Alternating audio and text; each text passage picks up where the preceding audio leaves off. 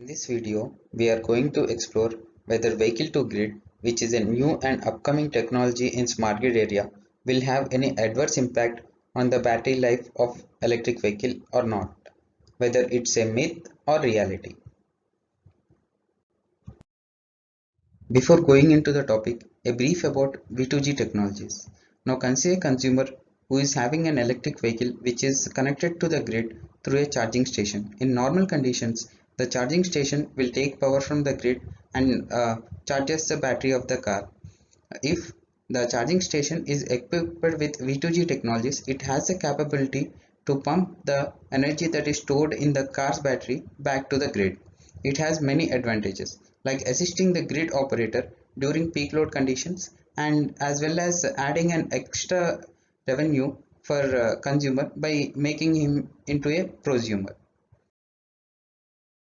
Few days back, when I was discussing about V2G technologies with my friends and briefing them about the various advantages of this technology, one of my friends has asked me a question whether the V2G technologies will have any adverse impact on the life of the battery.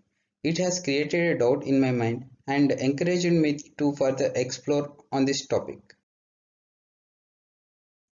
Lithium ion batteries that are used in electric vehicles are very costly, and it is one of the major contributors for relative high cost of electric vehicles. For example, Tata EV Nexon, which is one of the popular EV car in India, costs around 14 to 17 lakhs. If you want to replace the battery of that car, it costs around 4 to 5 lakhs. During my literature survey about the effect of E2V on battery's performance, I found that the various journal articles are not inconsistent with each other.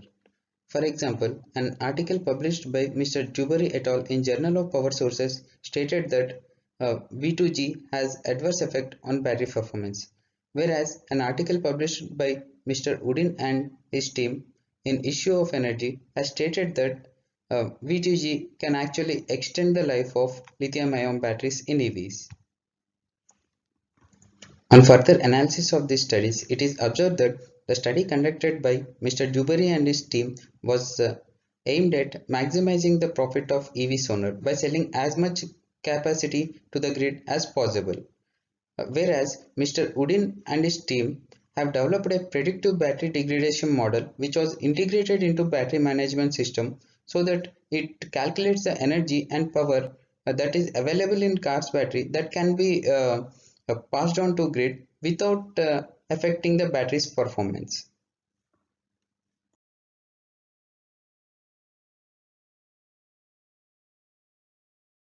Based on these observations, this is my final take and conclusion. If V2G is implemented in a crude fashion with only aim of maximizing the profits by selling power, then it is detrimental to the life of the battery.